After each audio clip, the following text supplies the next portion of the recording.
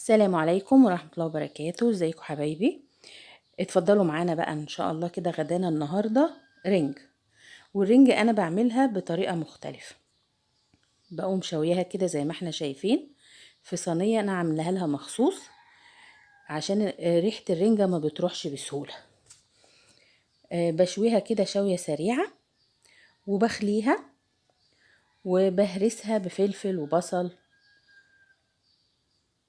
طريقة حلوة كده وبيبقى طعمها جميل قوي. هنا اهو شوينا 3 مع بعض، وهنا دي الرابعة اتشوت هي كمان. ادي الرنجة على بعضها اهي. هنطفي البوتاجاز ونخليها. هنا الكاميرا ادت ستوب كده مع نفسها، ما جاش الرنجة كلها وهي بتتخلي. هنخلي مع بعض الاخر واحدة بطريقة سهلة خالص. دي كانت واحدة فاضلة. بشيل اللحمة كلها وبشيل، والجلد اساسا لما بتشويها كده بيتشال لوحده. وبيكش كده لوحده كأنه مش موجود. وتبصي تلاقي اللحمة بتطلع لوحدها كده بمنتهى السهولة، ما بتبقاش لازقة في الجلد ولا حاجة. في ناس بياكلوها بيخلوها وهي نية لسه، وبياكلوها كده ينقعوها في زيت وخل وياكلوها زي ما هي كده. زيت وخل وليمون طبعا. لكن انا بحب اسويها كده على النار. تشم ريحة النار كده بتبقى احلى صراحة، بحبها كده اكتر. هنا اهو بنشيل البطروخ الاول. شايفين طالع نضيف ازاي؟ الشوي بيخلي الحاجة تطلع نضيفة اكتر. وتقومي شايلة النسيرة اللي في النص دي اللي هي السفة مع الراس. كده خلاص يعتبر الرنجاية اتخلت، ما عادش فيها حاجة. القشرة بتاعتها كلها بتروح مع الشوي واحنا حاطينها في الصينية. يا دوبك بواقي بسيطة كده بتشيليها وتنضفيها مطرح تنظيف البطن بتاعتها. كده بس كده مفيش اي حاجة تانية. وما بتاخدش 10 دقايق وانتي واقفة. كده اهي خلصت. شايفين؟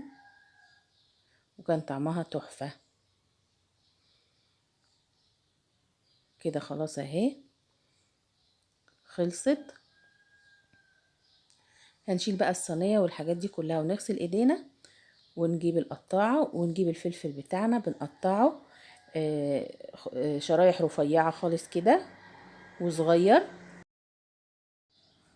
زي ما احنا شايفين كده. الفلفل نقطعه قطع صغيرة خالص. شايفين التقطيع ازاي؟ ونحطه كله على بعضه زي ما احنا شايفين كده قدامنا.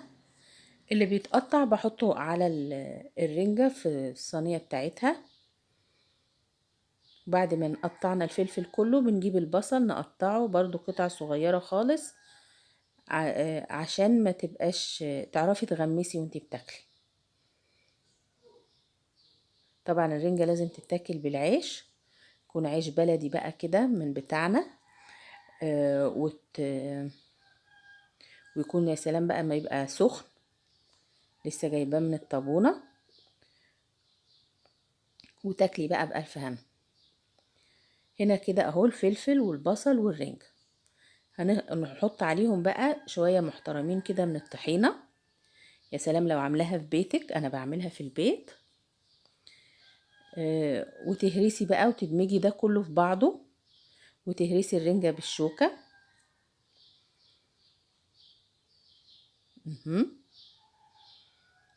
زي ما احنا شايفين اهو. شايفين عاملة ازاي؟